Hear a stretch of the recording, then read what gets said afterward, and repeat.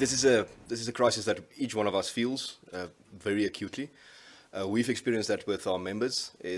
Corruption is something that is far away, but when the power goes out in your house and you can't make dinner for your children, suddenly it hits home very hard. And that's why we've started focusing on Eskom since I think 2019. We really started going in depth. We first had a case study in can you put a parastatal under business rescue with SAA, which had a specific goal of managing that and getting Eskom as the next one.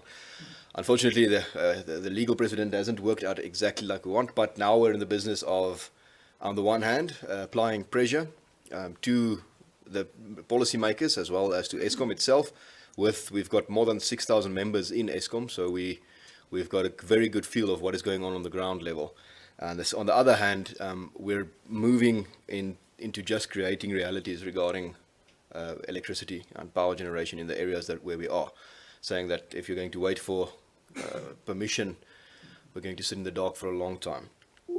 So if we go forward, let's first say, how did we get here? So the first slide, and this is the one that basically contains everything, this is the amount of gigawatt hours that Eskom has actually sent out over the last decade, roughly. So we've went from 250,000 gigawatt hours in 2012 to 226,000 gigawatt hours 10 years later.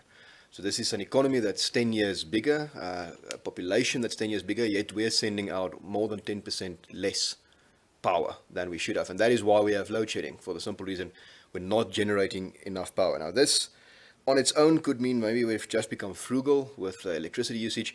However, when we take the CSIR's projections, it says what amount of gigawatt hours should we be using in a year, then we can see that we're drastically failing as a country to get close to the energy demands that we need. We should, on the junk status, expected junk status projection, we should be sending out 256,000 gigawatt hours every year. We're doing 226,000. Last year, it hovered at about 200,000. This year, we're going to most likely be below that, just due to the massive amount of load shedding that we've experienced thus far. Now, this says South Africa is simply not succeeding in this. Now, for any economy, energy stability is the cornerstone. Without it, you cannot continue. And we've seen that in 2007, 2008, load shedding started, and our GDP per capita in US dollar terms has completely flatlined since then, which means, in short, every single South African has gotten poorer every single day.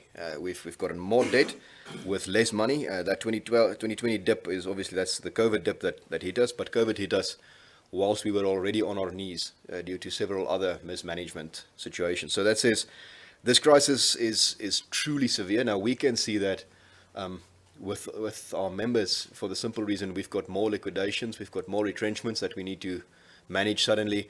We get several, it's actually heartbreaking. We've now got an email address, Eskom at Solidarity, and then you've got people desperately asking you, can we somehow give them power? Their business is going to go under. And now we're not capable of doing that for everyone, but the impact on the normal average South African has been devastating. For interest's sake, it's the one issue that actually has an electoral impact on the ANC as well. People tend to sort of forget the average ANC voter does not care that much about tax money being mismanaged, because they're a receiver of tax money. They're not one that pays tax money. We've got 3 million people who pay 95% of all the taxes in South Africa, and they don't vote for the ANC in large degrees. Then at the same instance, electricity tariff increases doesn't bother you that much when you're simply not paying electricity or you're getting it illegally, which is a large portion of the ANC's voter base as well. If you just look at Soweto's debt situation, which is spiraling out of control with no one able to actually control it. But when the power goes off in your house, suddenly all of this mismanagement that you've read about in the papers comes home and hits hard. And then when the power goes off for 8 to 10 hours a day, which is, we've been through that and we're going back into that again, then people start really getting angry.